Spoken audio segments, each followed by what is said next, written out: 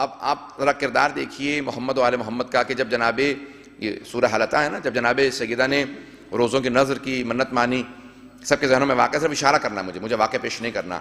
جب منت مانی کہ ہم 3 روزے رکھیں گے، جناب سیدہ نے اور جناب امیر علیہ السلام نے، دونوں نے علیہ الصلوۃ والسلام نے جب نذر کی تو روزے رکھنا شروع کیے، تو اس میں قرآن کی آیت کے الفاظ یہ ہیں کہ وَيُطْعِمُونَ الطَّعَامَ عَلَىٰ حُبِّهِ مِسْكِينًا وَيَتِيمًا وَأَسِيرًا.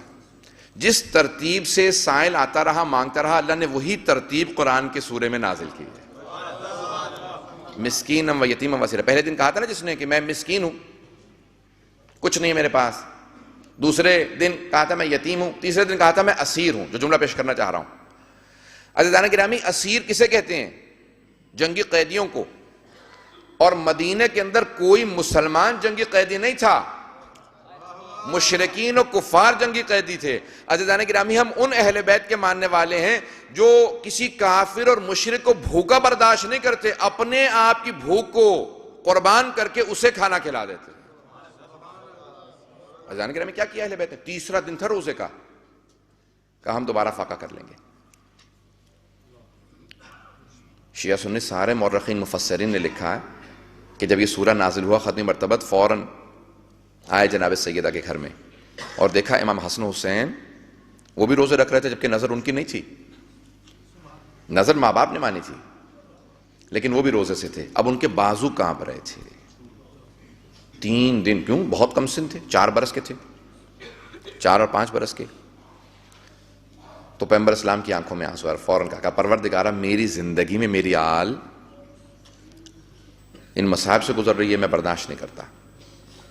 تو اس کے بعد کے مصائب پیغمبر اسلام کے لیے کتنے مشکل ہوں گے، میں انشاءاللہ آخر میں پیش کروں گا. عزیزان گرامی، ہم ان محمد و آل محمد کے ماننے والے ہیں جو اسیروں کے لیے بھی، جو مشرک اور کافر اسیر کے لیے بھی اپنی بھوک برداشت کر لیتے ہیں لیکن ان کی بھوک برداشت نہیں کرتے. عزیزان گرامی، جناب امیر علیہ السلام کے جملے ہیں جناب ختمی مرتبہ سے متعلق کہ سخاوت حبیب خدا یہ تھی، ختمی مرتبت کی سخاوت کا یہ عالم تھا کہ جب تقسیم کرنے پہ آتے تھے تو اپنا حصہ بھی فقراء میں تقسیم کر دیتے تھے. خود فاقہ کر لیتے تھے لیکن دوسروں کے فاقے کو برداشت نہیں کرتے تھے. جناب امیر علیہ السلام ختمی مرتبت کے بعد جب دوپہر میں نکلے تو دیکھا کہ جناب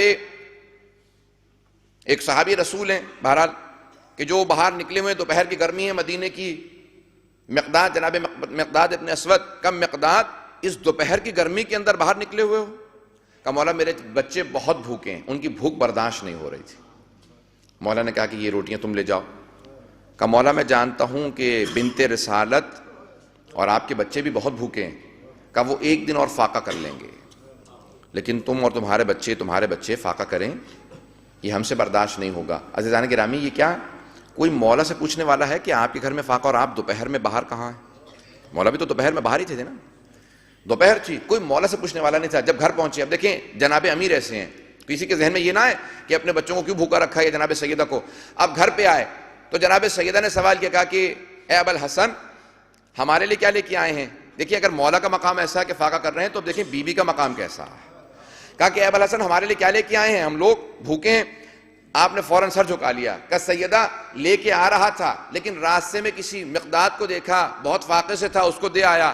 تو بی بی نے مسکرا کے کہا کہ اے ابو الحسن اگر لے آتے روٹیاں تو مجھے اتنی خوشی نہ آتی جتنی میں اب خوش ہوں کہ آپ تقسیم کرا ہے. پتہ نہیں بات واضح ہے یا نہیں عزیزان گرامی؟